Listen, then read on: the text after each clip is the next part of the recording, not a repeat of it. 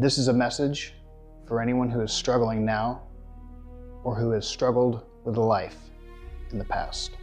If you've ever had to endure challenges in life and you've struggled, whether it's a little bit or beyond measure, or you've had to endure unspeakable things that have happened to you, and you've always wanted to know, why me, God? Why am I going through this?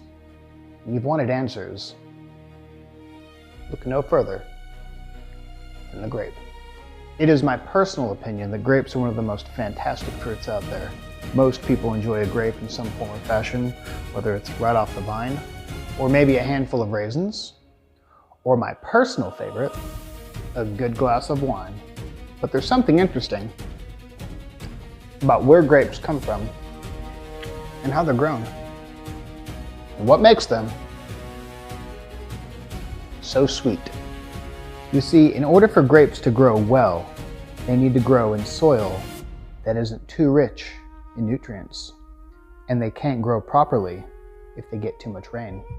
In order for grapes to grow right and be sweet, they have to have just enough nutrients and just enough rain.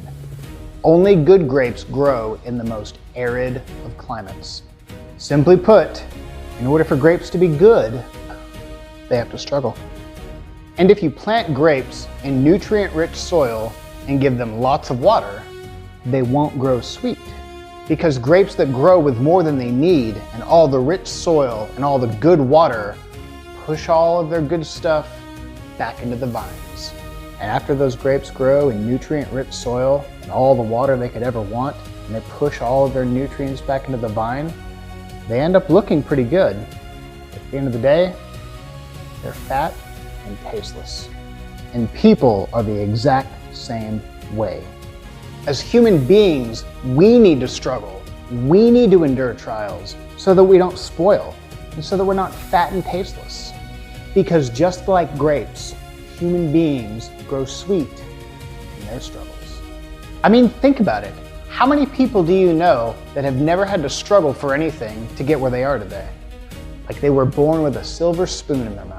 Maybe they were just born under nutrient-rich soil conditions and have had everything handed to them, and they've never had to work for anything. And just like the grapes that grow in the good soil, they too are fat and tasteless. No sweetness means no struggle.